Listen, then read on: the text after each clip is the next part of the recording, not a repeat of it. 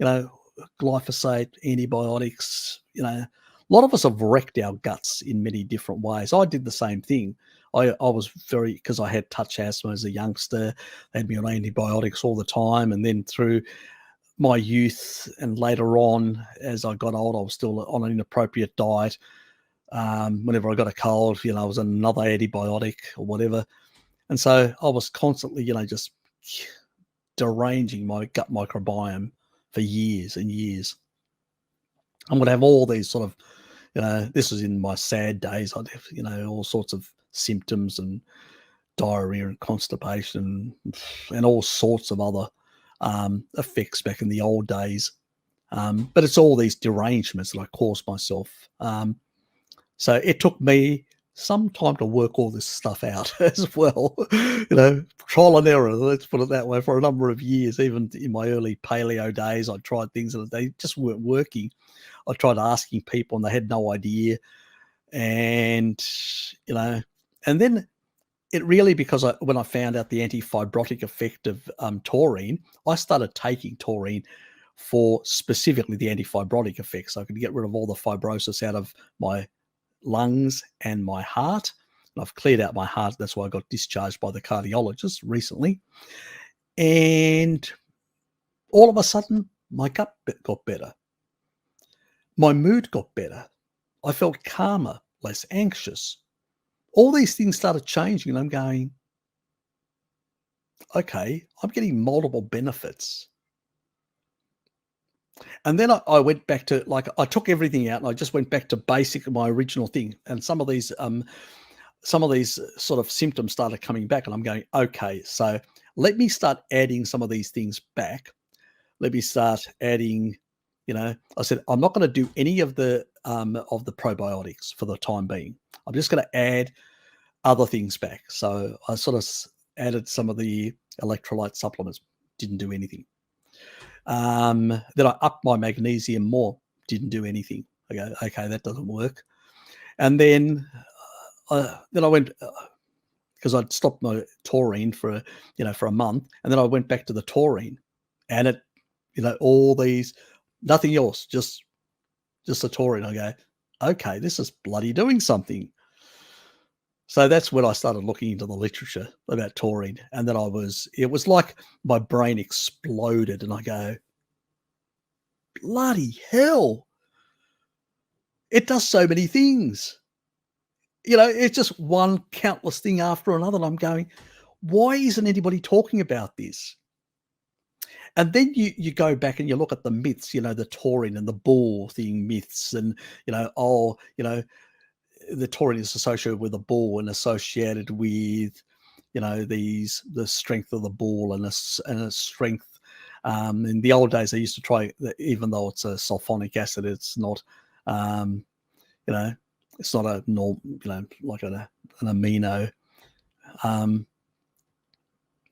So they used to call it L-taurine, just to, you know, in the old bodybuilding sort of stuff and all that, rather than calling it taurine, because that's all it is. And I go, okay, there's a lot of mythology about this.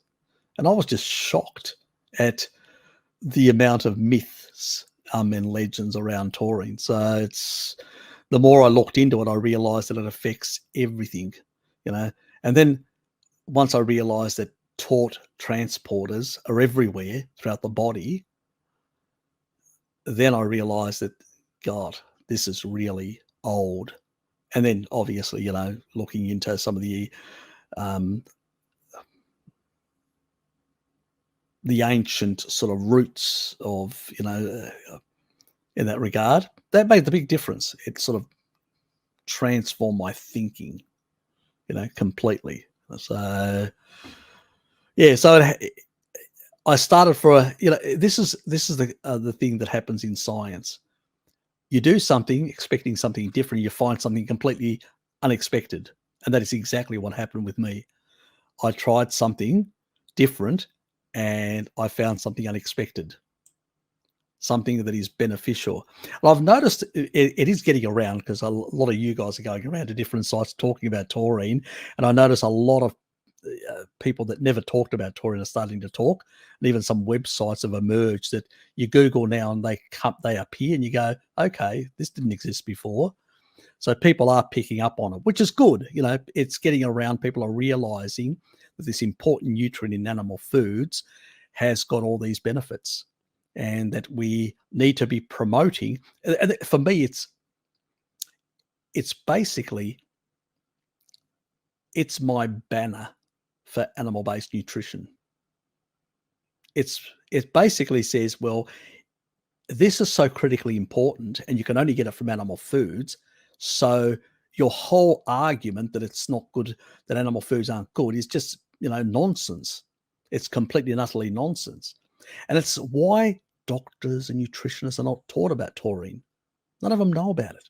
You talk to them, they look at you funny. What the hell's that? Obviously, they have no idea. That's why. What the hell's that? Yeah, but I'm sort of glad that I sort of looked into, that I went beyond. I just sort of said, okay, it's good for my heart, but yeah, I feel a bit better and all that. Maybe it's just my heart's improving. I could have thought in a reductionist way, because a lot of people do. They go, oh well, my heart's getting better, so it must mean I'm getting better energy. I'm getting all these sort of things, and all that's related to improving the heart function, and that's a reductionist view. And most people would just stick to that. But I said, nah, something else is happening here. This is, there's something else happening here. It's just, I said, fibrosis, yes, reduction, but that's not going to make it change my mood or change the way my stomach feels or gut feels or whatever. This is having other effects. And then, looking into more deeper, yeah, realizing gallbladder, gallstones, the islet cells in your pancreas, good for people with diabetes and diabetes 1 in an early young age. If they get enough, they may prevent them becoming diabetes 1 victims, especially if you supplement the mother. So even if she's on a bad diet, if the kid's getting enough taurine, it's protecting the islet cells from her excess sugar consumption while she's pregnant. So these things can mitigate, because it also lowers blood sugar levels. It acts like metformin in a sense, so without the side effects. Yeah, because it causes deficiencies and all sorts, B1, B3, and a whole lot of other deficiencies in the body. So metformin isn't a good option